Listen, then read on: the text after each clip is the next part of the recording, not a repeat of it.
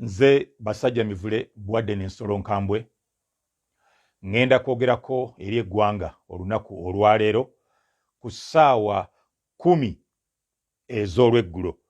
Tegeeza munno ndi ku mission ey'okusaanyaawo obwakabaka si kirumamu era si kyejjusa obwakabaka obutakkiriza bantu kweyogerera, obwakabaka obutakkiriza bantu kwetaaya, obwakabaka obutukuba ku nsolobotto nga ne tubanga abasibe, abaddu, abaagulibwa.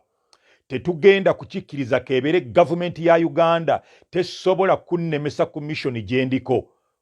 Oba buno obwakabaka nga yabuteekawo tesobola kunnemesa. Ngenda kubusaanyaawo. Obwakabaka bwonna obutyoboola eddembe ly'abantu, eddembe ly'abantu okwogera, eddembe ly'abantu okubaako kye bagamba mu nsi yaabwe, ngenda kubusaanyaawo. Ekiba kibe nja kubusaanyaawo ssaawa 10 ez'olweggulo lunaku lwaleero.